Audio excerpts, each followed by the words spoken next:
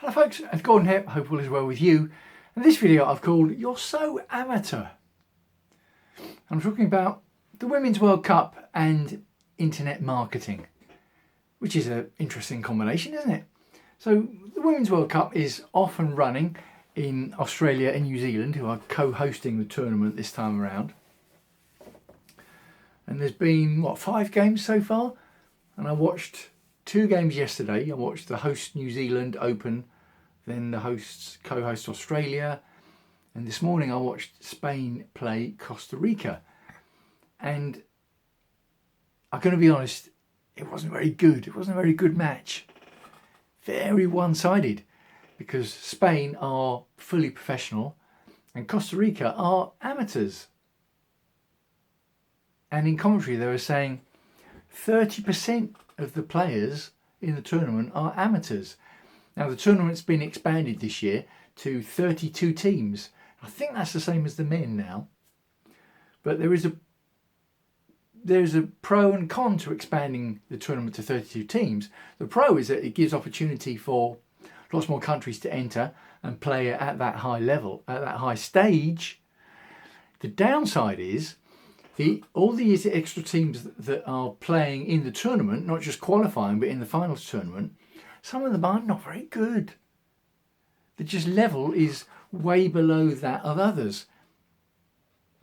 So you get this massive mismatch, and the presenters in the studio and the pundits were trying to make it exciting. The commentators were trying to make it exciting. This Spain-Costa Rica match wasn't very exciting. I bang on about women's sport a lot and try and push and promote women's sport, but it just wasn't very good to watch.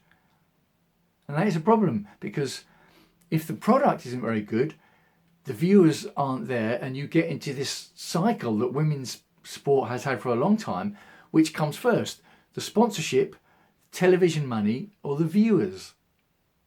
Does the television broadcast drive the viewership? Yes, it does. But are television going to show it if there aren't any viewers? And if there's no sponsorship, if it's not on television, is it going to get sponsorship? And if there's no sponsorship, the money isn't there to be invested in the game, to grow the game, to increase the quality, to get more viewers, to get the television interested, to get the sponsorship. Well, you get the idea with that one. It's getting there. It's getting there. Lots of women's sports are getting there.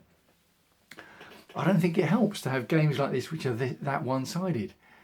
And that's why I called this video I don't know what I called it now, You're So Amateur, or You're Such an Amateur. Because the coach of the Costa Rica team before the tournament, she said, we can't focus on the difference, the chasm of difference in resources between us and, say, Spain, who we're playing, who are fully professional. If we focus on the chasm of resources between us, the difference, and what we haven't got, we might just as well not bother turning up. We're focusing on what we can do, what we're trying to do, the growth of the game in Costa Rica, and we're going to give our best. Which is obviously what you've got to do, that's all you can do. But they're amateurs, the league is an amateur league in Costa Rica. Now, here's the thing, when someone says amateur, are they talking about the fact that someone is just not getting paid, so they don't do it as their profession, they're not professional? Or are they talking about the quality of the performance? Because you can get people who are amateurs in that they're not getting paid, but their level is the same as the professionals who are getting paid. See what I mean? It's interesting, isn't it? It's fascinating. You don't get this so much in men's sport, amateurs playing professionals. You really only get it, say, in football. You'll only really get it in the FA Cup here in the UK, as an example, where Premier League teams, massively highly paid, fully professional teams, might play amateur teams in an FA Cup tie. Apart from that, you don't really get it in men's sport much. You get it in women's sport a lot because of this growth of women's sport and the journey that it still has to go.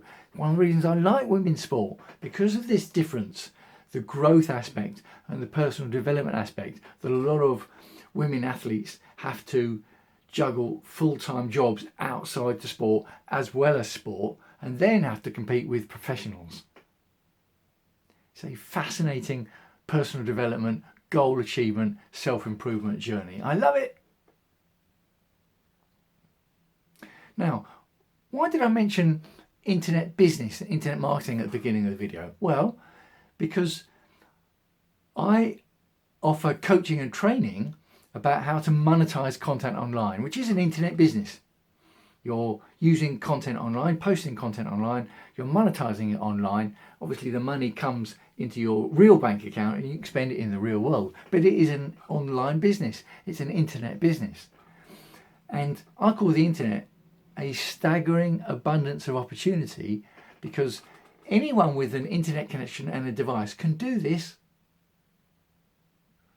And if you're watching this, you have an internet connection, you have a device, that means you can do it. Now you might be thinking, oh, yeah, but I don't know how to do it. I'm not a professional in this kind of thing. This is what I'm talking about, the difference between an amateur and a professional. To have your own internet business, you don't need to have any qualifications, you don't need to have any experience, you don't need to have any contacts, you don't need to have the network in place before you start.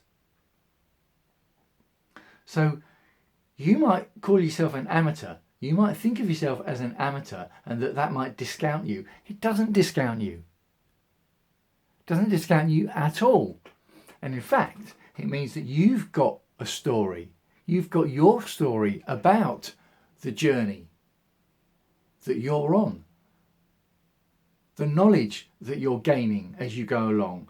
The relationships that you're building as you go along. The experience you're gaining as you go along. The mistakes you might be making as you go along, the successes and breakthroughs you make as you go along. That is your story. And I can tell you now, in internet business, the individual story is like gold dust, because it's what helps people relate to you and get to know, like and trust you.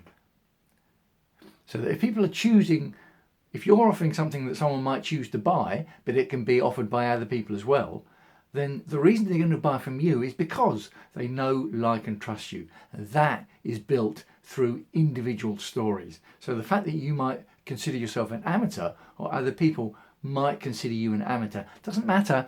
In fact, it can be seen as an advantage.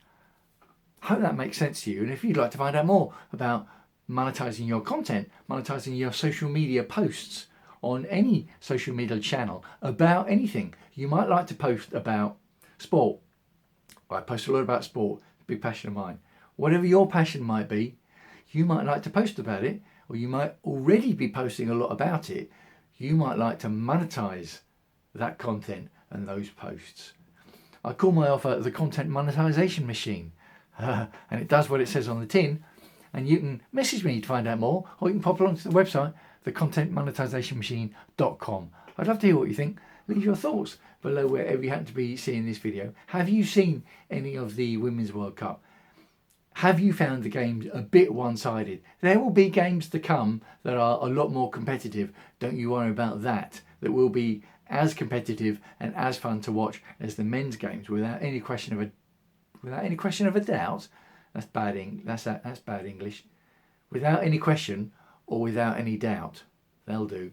Okay, I did say I'm signing off. Wishing you as ever health and happiness. I'll speak to you again soon.